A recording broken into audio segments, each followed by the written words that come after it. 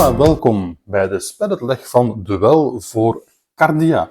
Zoals je hier wel ziet op het doosje staat het hier in het Engels erop, maar Nine gaat dat uiteraard in het Nederlands uitbrengen. Dus let ook straks bij de speluitleg op de kaarten, daar staat de uitleg in het Engels, maar het spelletje komt eraan in het Nederlands. En eerst en vooral gaan we het spelletje klaarzetten.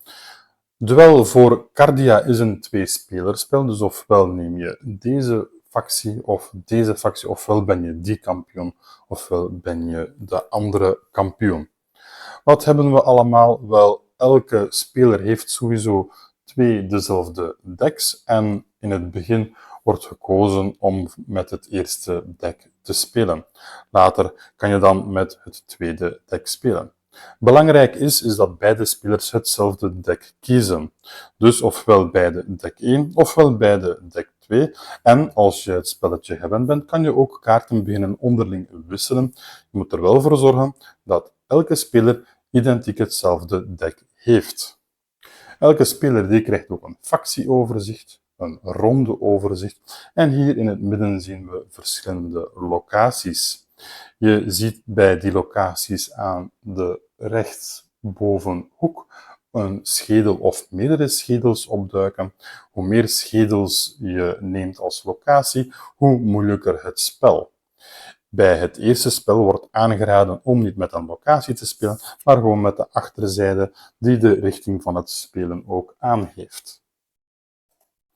Dan hebben we ook nog 3 soorten fiches. We hebben hier modifiers die je kaarten van tegenstanders krachtiger of net minder krachtig maken. We hebben hier fiches met het oneindigheidssymbool. Dat is voor voortdurende eigenschappen. En dan hebben we ook nog ringen of juwelen. En wie 5 van deze ringen kan bemachtigen, die wint het spel. Je wint ook het spel wanneer je tegenstander geen kaart meer kan spelen of wanneer gewoon een vaardigheid zegt dat je gewonnen bent. Dan neemt elke speler zijn set kaarten, die schudt ze en die vormen dan een persoonlijke trekstapel.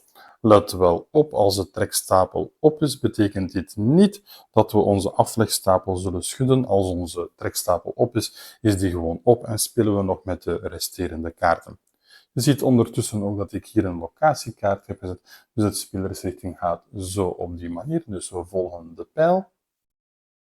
Dus het wordt op die manier gespeeld.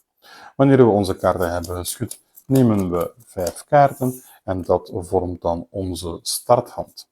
Nu, wat kunnen we allemaal zien op zo'n kaart? Wel, je ziet bovenaan een waarde. Dat is de influence of de kracht van je kaart als het ware. En onderaan zien we een actie. Er zijn 2 soorten acties, die met het pijltje. Dat is een actie die 1 keer uitgevoerd wordt en enkel bij het spelen van die kaart. En dan heb je ook nog dit symbooltje, het oneindigheidsteken, en dat is een voortdurende eigenschap. Nu, mijn tegenspeler heeft dit ondertussen ook al gedaan en dan komt het erop aan om kaarten te kiezen. De kaart met de hoogste waarde, die wint zo een ring, dus om aan de winvoorwaarden te voldoen. En van de laagste kaart, of van de verliezende kaart, wordt de actie uitgevoerd. Dus ik ga bijvoorbeeld beslissen om deze kaart te spelen. Ik hou deze nog even gedekt. Mijn tegenstander die kiest bijvoorbeeld deze kaart. Ik geef toe dat ik deze gewoon willekeurig heb genomen. Je ziet ook aan de achterzijde trouwens dat deze van verschillende decks zijn. De kaarten die worden omgedraaid. De hoogste kaart die krijgt het winsymbool. En wat staat hierop? Een eenmalige actie. Your opponent discards the top 2 cards of their deck. Dus dat wil zeggen dat ik op dit ogenblik de 2 bovenste kaarten van mijn deck op de aflegstapel plaats. Dus ik plaats die ook gedekt. En om dan over te gaan naar de derde fase, neemt elke speler nog 1 kaart van zijn deck, zodat we opnieuw een volgende ronde kunnen beginnen. Wanneer 2 dezelfde kaarten zouden gelegd worden, dus wanneer het gelijkstand is, dan krijgt geen enkele speler het overwinningstoken en wordt ook geen enkele actie uitgevoerd. Wanneer je verder speelt, kan het zijn dat sommige kaarten invloed hebben op vorige kaarten en dan moet ook alles aangepast worden. Dus oneindigheidssymbolen moeten weggenomen of toegevoegd worden, ook de modifiers en ook deze overwinningsfiches.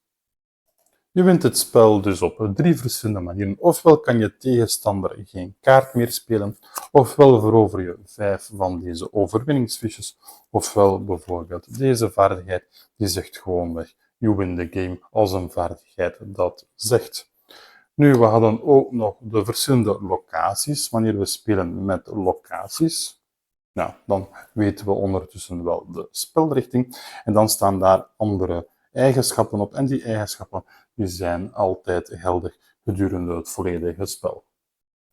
Wanneer je echt er niet aan uit kan wat bepaalde kaarten willen zijn, dan staan op de achterkant van het regelboek nog verschillende verklaringen van de verschillende kaarten, als ook de verschillende locaties die het spel uiteraard beïnvloeden. Ziezo, dit was onze spelletleg van Duel voor Cardia.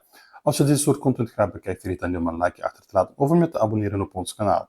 Lees ook zeker onze geschreven review op spellendreef.be. Bedankt om te kijken.